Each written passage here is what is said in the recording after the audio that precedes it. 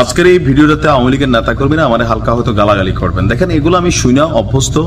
আমার কাজ হচ্ছে সচেতন করা। আমার সচেতনতায় কি আসে যায়, এই যে পতন হয়ে গেল, এটার আগেও অনেক ভিডিও করছি, বার্তা দিছি, যেখানে অন্যায় মনে হয়েছে কথা বলছি, কিন্তু এজ এ রেজাল্ট কি হয়েছে, ঝামেলায় পড়ছি, তাই না?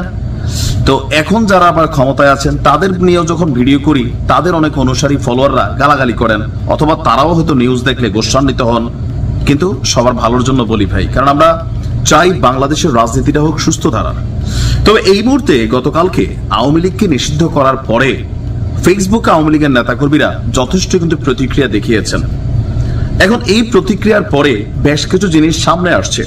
উপদেষ্টা আসিফের যে তথ্য, এর মাঝখানে ধরেন যদি 90% আমি বললাম যেটা বানোয়ার, 10% কিন্তু সত্য। যে কোনো ভূমিকা এখন যদি আপনি নেন, মনে রাখেন ফেসবুকে পোস্ট করেন এক জিনিস, কিন্তু রাজপথে অথবা রাষ্ট্রের মধ্যে যে কোনো বিশৃঙ্খলা আপনি 1 লাইন করবেন, আপনার এটা 10 লাইনের ভূমিকা পালন করবে আওয়ামী লীগকে নিষিদ্ধ করার জন্য। ভাই, ভালোবাসা মানুষের অন্তর জয় করা লাগে। আপনি ক্রেজিনেস দিয়া একটা সার্টেন গোষ্ঠীকে বা একটা অংশকে আপনি হয়তো খুশি করতে পারবেন, ভায়োলেন্স দিয়া, প্রতিশোধ দিয়া, কিন্তু ভালোবাসার হিসাবটা আলাদা। এই দেশে এখনো বাংলাদেশে আওয়ামী লীগের লোক বসবাস করতেছে না। বিএনপি জামাত সবার কাছে শ্রদ্ধা পাচ্ছে না, অনেক জায়গায় পাচ্ছে। কেন পাচ্ছে? তিনি যখন ক্ষমতায় ছিলেন, ক্ষমতাকে ব্যবহার করে মানুষকে হয়রানি করেন নাই। আর যারা করছে দৌড়ের উপর আছে, আবার অনেকে না কইরেও আছে, বাটে পড়ে গেছে। আবার তাদেরকে যারা বাটে ফেলতেছে আজকের দিনে, তারাও কিন্তু আগামী দিনে বাটে পড়বে। এগুলাই আমাদের নিউজের রিপিটেশন। গতকালকে আসিফ মাহমুদ একটা স্ট্যাটাস দিয়েছে, তার বক্তব্য হচ্ছে প্রাপ্ত তথ্য অনুযায়ী নিষিদ্ধ হবার পর গণহত্যাকারীরা সারা দেশে বিশৃঙ্খলা সৃষ্টির পরিকল্পনা করছে। সকলকে সতর্ক এবং সজাগ থাকার আহ্বান জানাচ্ছি। এখন আমার এই ব্যাখ্যাগুলো একটু মনোযোগ দিয়ে শুনতে হবে। ধরেন, এমনিতে এখানে আওয়ামী লীগ দেখলে কোনো কথা বলে জয় বাংলা বলে কিন্তু মাইর দিয়ে ফেলে, দেয় না? আগে নারায় তাকবীর বললে মাইর খেত, এখন জয় বাংলা বলে মাইর খায়।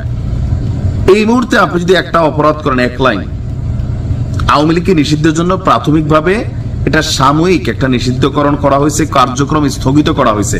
বাট আপনি যদি এখন এগুলা করতে যান, ভাবেন রাজনীতিতেও কোনো বাধা মানে না, কিন্তু ঝামেলায় পড়ে। আপনি যদি কোনো ভায়োলেন্স ক্রিয়েট করতে চান, যে কোনো বিশৃঙ্খলা ক্রিয়েট করতে চান, বা বৈষম্য বিরোধী কারো গায়ে হাত তোলেন, অথবা যে কোনো সংঘর্ষ, এখানে প্লাস মাইনাস হইতে পারে।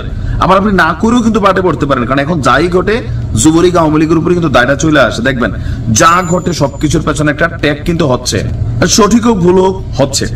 তো সেই ক্ষেত্রে খুবই সাবধান থাকতে হবে। সরকারের জায়গা থেকে সর্বোচ্চ লেভেলের অ্যাকশনে যাবে। যদি আপনি কোনো ঘটনা করেন, গণমাধ্যমে আসবে, এটা নিয়ে মামলা হবে। আপনি একজন ঘটনা করছেন, আপনার এলাকার 10 জন মানুষ এটাতে শত্রুতামূলক মামলার মধ্যে পড়ে যাবে। ইভেন আওয়ামী লীগকে কেন ব্যান করবেন, এরকম 101টা কারণ কিন্তু দাঁড়া হয়ে যাবে। আর এগুলা করে কি পার পাবেন? দেখেন, যারা টাকা পয়সা কামাইছে, মালদার পার্টি, আওয়ামী লীগের এমপি মন্ত্রী, অনেক নেতারা কোটি কোটি টাকা কামাইছে। ভাই, ওনাদের হিসাব আলাদা। দল ক্ষমতায় থাকতে আপনি কি পাইছেন? আমাদের রাজনৈতিক দলগুলো টিকা আছে কিছু পাগলা কর্মীদের উপর। আপনি দেখবেন, মানে যখন দল ক্ষমতায় থাকে এদেরকে ভ্যালুই দেয় না কেউ, বরং নিজের দলের নেতা কর্মীদের হাতে মাইক টেরো খায়, মামলা হামলারও শিকার হয়। আবার যখন দল ক্ষমতা থেকে চলে যায়, এই কর্মীগুলাই আবার দলের জন্য ঝাঁপাই পড়ে। কিন্তু আপনি আপনার এলাকায় দেখেন তো, যে হাতে গোনা, আমি আমার এলাকায় দেখছি 100 জনের মধ্যে 2 জন মানে গড়ে যারা বড় মাপের নেতা, তারা মাঝে মাঝে স্ট্যাটাস দেন, এমনকি তাদের ইমেজ অনেকটা পরিষ্কার। কিন্তু যারা আওয়ামী লীগের সুসময়ে খাইলো দাইলো, টাকা পয়সা বানাইলো, নিজের দলের নেতা কর্মীদেরকে মামলা হামলা দিয়া মানে জেলে পুরাই রাখলো, বিভিন্ন ধরনের হয়রানি করলো, আপনি দেখেন তো তাদের কয়জন ফেসবুকে এসে পোস্ট দেয়, দলের পক্ষে কথা বলে, বিদেশে আছে, আইসি জীবনের জন্য চলে গেছে, নানানভাবে ভারতে চলে গেছে। আপনি কি পাইছেন? বরঞ্চ আপনি বিপদে পড়ছিলেন তখনও, এখনো এই ফেসবুকের পোস্টের জেরে হয়তো আপনি বিপদে পড়বেন। আবার কখনো আওয়ামী লীগ ক্ষমতা আসলে আপনারে চিনত না, চিনবে না। আপনি বিএনপির দিকে তাকান। আমি বিএনপির অনেকেই চিনি যারা দুঃসময়ে বিএনপির রাজনীতি করছে। কুমিল্লাতে আমার বন্ধু বান্ধব অনেকে আমি চিনি, বাট এখন যখন ক্ষমতা আসেই নাই, এর মধ্যে তাদের কাছে টাকা পয়সা নাই, বাট দলের লেগে দিন রাত সমান করছে, লাইফ বরবাদ করছে। তো এখন বিদেশ থেকে এক এক নেতা 10 বছর 13 বছর 12 বছর পরে পরে দেশে আসতেছে, আইসা আবার পুরা অনেক ভাইয়ের ছেলেরা আসতেছে, কমিটি তৈরি হচ্ছে, তাদের প্রভাব, আধিপত্য। আর আবারও যে বন্ধু বান্ধব যারা আছে চিনি, যাদেরকে বিভিন্ন জায়গায় এরা হতাশামূলক স্ট্যাটাস দিচ্ছে, এত বছর দল করে কি পেলাম, হাইব্রিড শুরু হয়ে গেছে, কমিটি নিয়ে মারামারি। এমন কোনো কাজ করা যাবে না যেটাতে আপনি বিপদে পড়বেন। দিন শেষে ভাই আমরা পেট নীতি, মানে আমরা যারা মিডল ক্লাস ফ্যামিলি আছি, ব্যক্তি জীবন লয়ে আমাদের ব্যস্ত, তারপরও দেশ ভালোবাসি, রাজনীতি বাংলাদেশকে কন্ট্রোল করে আমরা কথা বলার চেষ্টা করি, এগুলো আলাদা। কিন্তু সময় আপনার বুঝতে হবে যে এই সময়টা আওয়ামী লীগের জন্য কি পরিমাণ কাফফারা দেওয়ার সময় চলতেছে। আর এই যে পরিণতি আসবে এটা আওয়ামী লীগও জানতো না জানতো। ওবায়দুল কাদের নিজে বলছে যে 5 লক্ষ লোক এক রাতে মরে যাবে, মরে নাই কিন্তু এত 50,000ও মরে নাই, বুঝতে হবে।